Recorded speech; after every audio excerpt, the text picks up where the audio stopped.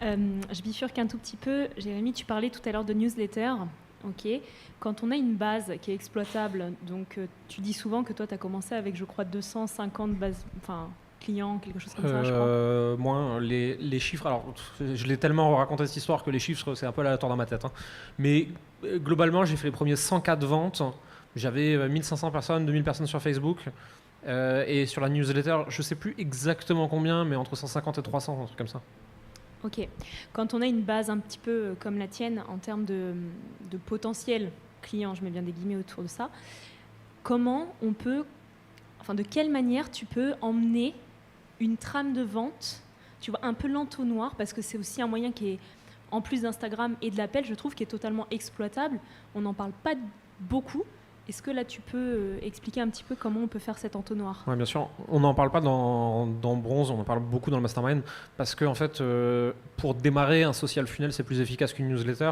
Et en fait, les mails, il faut bien qu'ils viennent de quelque part. Et s'ils viennent pas d'une chaîne YouTube ou de la pub, d'où est-ce qu'ils viennent? Donc, quand tu utilises un One Place Funnel, tu récupères logiquement pas trop de mails, donc c'est pour ça qu'on n'en parle pas. Globalement, c'est toujours la même chose. Tu vas créer des ressources qui apportent de la valeur et qui aident à avoir des prises de conscience.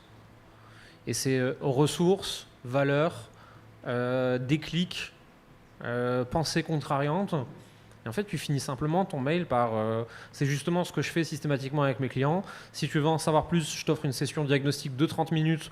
Tu peux venir détendre, tu ne pourras rien acheter dans cet appel de toute façon. C'est pour déjà comprendre si je peux t'aider et t'aider à y voir plus clair. Réserve ton truc ici. Ok, donc on l'exploite, on la laisse pas de côté d'après toi. Ouais, surtout que tu peux réutiliser tes posts des réseaux sociaux en fait. Tu les fous soit dans Nexus, soit tu le refais toi-même si tu préfères. Tu dis j'ai fait ce post sur Instagram ou sur n'importe quoi, fais-en un mail avec tel appel à l'action. Voilà. Et on envoie les ressources dont Rachid nous parle régulièrement. Ouais. Ok, super, merci. Je disais inversement aussi, en fait, le CTA peut être dans l'autre sens, c'est-à-dire dans tes contenus à toi. S'il y a une newsletter en particulier que tu veux que tout le monde lise, bah, tu crées un post sur ça avec le two-step content dans ton post pour envoyer les gens vers la newsletter en question. Comme ça, les deux se nourrissent entre eux. Ouais, tu peux, si tu n'as pas la même audience sur les réseaux et sur ta base mail, tu peux aussi envoyer un mail en disant j'ai créé ce post sur tel réseau qui est vachement bien, qui a fait des déclics à plein de gens, va le lire en cliquant ici.